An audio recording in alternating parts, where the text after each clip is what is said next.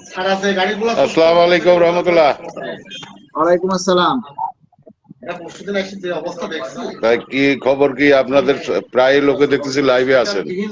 এই যে আপনার হ্যাঁ, লাইভ শোনার জন্য দেখেন আমাদের দর্শক সব বসে আছে, ঠিক আছে? আচ্ছা, জি, এনারা আপনার লাইভ এবং আপনার কথা শোনার জন্য সব বসে আছে, সব প্রধান উপদেষ্টা কার্যালয়ের লোক। তাই হ্যাঁ, তো প্রধান এনাদের উপদেষ্টা তো আমাদেরকে শেষ পর্যন্ত কিছু দিতে পারলো না। আমরা একটা নোবেল বিজয়ীর দেশের মানুষ, শান্তিতে নোবেল পাওয়া একজন মানুষের দেশের মানুষ, আমরা শান্তি পাই না। শান্তিতে নোবেল বিজয়ী, নোবেল পাওয়া একজন রাষ্ট্রপ্রধানের দেশের মানুষকে তিনি একটু শান্তি দিতে পারেননি। তিনি টাকার ব্যবস্থা করে গেছেন, এটা করে গেছেন, ওটা করে গেছেন, শুধু গেজেটটাই লিখতে পারেননি, লেখার সময় পাননি। এজন্য ওনারা আমাদের গেজেট প্রকাশ করতে পারেননি। সুপারিশ প্রণয়ন কমিটি করে গেছে। সুপারিশ প্রণয়ন কমিটি সুপারিশ যে যে জিনিসগুলি ছিল, যে সাধারণ কমিটি আমাদের যে পে কমিশন রিপোর্ট দিয়েছে 21শে জানুয়ারি, 21শে জানুয়ারির পরে প্রায় 20 দিনের মতো সময় পেয়েছে সরকার। তারপরও এই 20 দিনের মধ্যে সেটা যাচাই বাছাই করে তারা আমাদেরকে একটা পে স্কেলের গেজেট জারি করতে তারা ব্যর্থ হয়েছে। তারা নতুন সরকারের উপরে চাপানোর জন্য নতুন সরকার এসে দিবে। আরে ভাই, আপনারা গেজেট দিলে সেটাও নতুন সরকার দিবে, আর নতুন সরকার এসে গেজেট করলে সেটাও নতুন সরকার এসে দিবে। তো আপনারা যদি গেজেটটা প্রকাশ করে যেতেন তাহলে আমরা একটু স্বস্তি পেতাম, আমরা একটু কনফার্ম হয়ে যেতাম। কারণ নতুন সরকার যখন আসবে, নতুন ভাবে একটা সংসার শুরু করবে, সেই সংসারে কত কিছু আছে এলোমেলো অগোছালো, তাদেরকে আবার তারা সাজাবে। হ্যাঁ, তাহলে সেক্ষেত্রে তারা কতদিন লাগাবে, কতদিন পরে দিবে, তার তো কোনো নিশ্চয়তা নেই যে আমরা আসলে কতদিন পরে পাবো। তাই আমরা আবার একটা অনিশ্চয়তার মধ্যে পড়লাম। আপনারা তো জি, আমি যতটুকু আমরা যতটুকু বুঝতে পারছি, বর্তমান অন্তর্বর্তী সরকারের মেন যে কাজগুলো ছিল তারা সেগুলো বাস্তবায়ন করে, বাস্তবায়ন তারা ধাপে ধাপে ধাপে ধাপে যেটা করার দরকার ছিল সেটা করছে।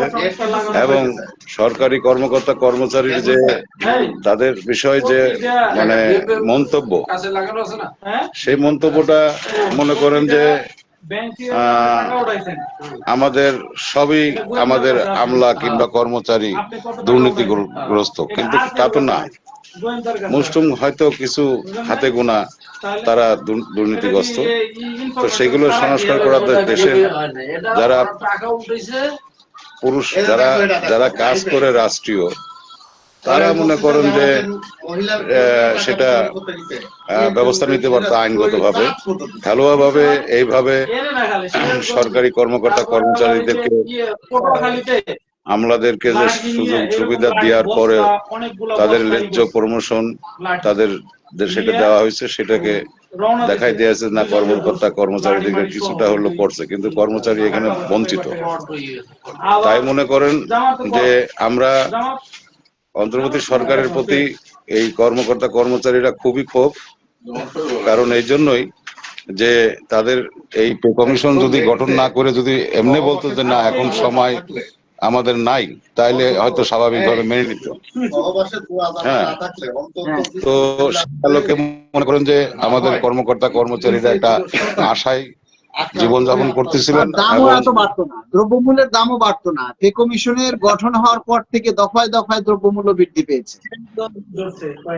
হ্যাঁ, তারা চেষ্টা করছে, কিন্তু অলৌকিক কিছু নির্দেশনার জন্য আমাদের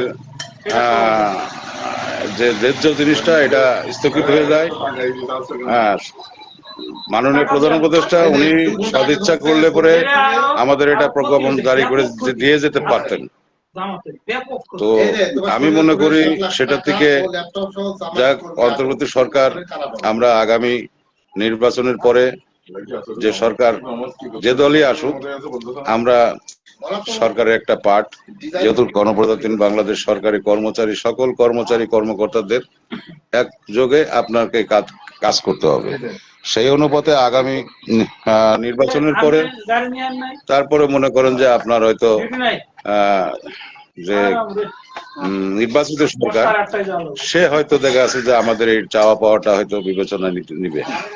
আমি আশা করি যে আল্লাহর উপর ভরসা রাখি যে কর্মচারীদের যে বঞ্চিত আজ 15টি বছর হয়ে যাচ্ছে, যেহেতু 10 বছর পেরিয়ে 11 বছর পেরিয়ে 12 বছর পড়ছে, তো সেখানে সরকারি কর্মকর্তা কর্মচারীরা এখনো আশা ছেড়ে যায়নি। যেহেতু আমরা সরকারি কর্মচারী, আমরা অন্তর্বর্তী সরকার বলেন এবং নির্বাচিত সরকার আসলে আমাদের জন্য আরো ভালো হবে, আমাদের ন্যায্য জিনিসটা বিবেচনা করবে।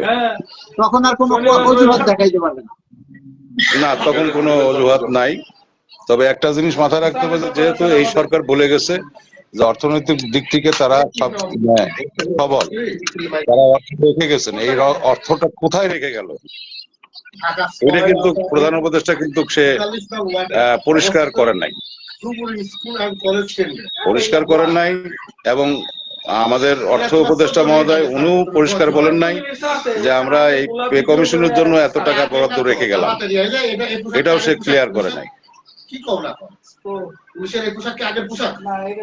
তো আমি মনে করি যে আগামী নির্বাচিত সরকার আসার পরে তখন যখন রাষ্ট্রীয় পরিচালনা করবে আমাদের না অবশ্যই সেই টাকা নতুন সরকারের কাছে বুঝাই দিতে হবে। নতুন সরকারের কাছে সেই টাকাটা বুঝাই দিতে হবে না? হ্যাঁ, অবশ্যই অবশ্যই। আপনি এত কোটি টাকা রাইখে গেছেন, যে ব্যালেন্সটাই রাইখে গেছেন, সেটা নতুন সরকারকে বুঝাই দিতে হবে না? ওনারা এক কথায় সুবন ঘরের ফাঁকি দেখায় এই সরকারি কর্মকর্তা কর্মচারীদেরকে শুধু এই 15-2 বছর ওনারা যেটা কর্মচারী যে কাজে লাগায় নেওয়ার দরকার সেটা নিয়ে গেছে। পুলিশ বাহিনী যে কর্মচারীর উপরে যে বর্বরত যে একটা হামলা করছে, এই হামলা আসলে নেককার হামলা। এটা সরকারের কর্মচারীর ভিতরে ফাইট লাগানো। আমরা সোচ্চার আছি যে আমরা পুলিশ আইন শৃঙ্খলা বাহিনী, তারা আমার ভাই, তাদেরও ভাই আমরা। অতএব আইন শৃঙ্খলা বাহিনীর সাথে তো আমাদের কর্মচারীরা কোনো বিপক্ষে দাঁড়ায়নি। আমাদের তো ন্যায্য দাবি, তাদেরও যে দাবি ছিল আমাদেরও সে দাবি। অতএব এটা মনে করেন যে আমরা যারা আছেন তাদেরও একই দাবি, প্রাণের দাবি। হ্যাঁ, তো নতুন সরকার আসলে আমি মনে করি যে অবশ্যই সরকারি কর্মচারীদের জন্য, যেহেতু ইতিমধ্যেই বড় দুটো রাজনৈতিক দল তাদের ম্যানিফেস্টো এবং ইশতেহারে তারা বলছে যে আগামী সরকার তারা গঠন করতে পারলে, বিশেষ করে জামাতের আমির সাহেব উনি আমাদেরকে বিস্তারিত আশ্বাসিত করছেন এবং এদিকে বিএনপির লিডার যে তারেক জিয়া সাহেব উনিও আমাদেরকে আশ্বাসিত করছেন যে আমরা সরকার গঠন করতে পারলে, তাদের দল যদি সরকার গঠন করে তাহলে আমাদের এই কর্মচারীর দাবিটা তারা বাস্তবায়ন করবে। এখন দেখার অপেক্ষায় আমাদের এতদিন ধৈর্য ধরছি। এখন আমাদের পূর্বের যে নির্বাচন 15 বছর হয় না, আজকে এই নির্বাচন আগামীকাল হতে যাচ্ছে।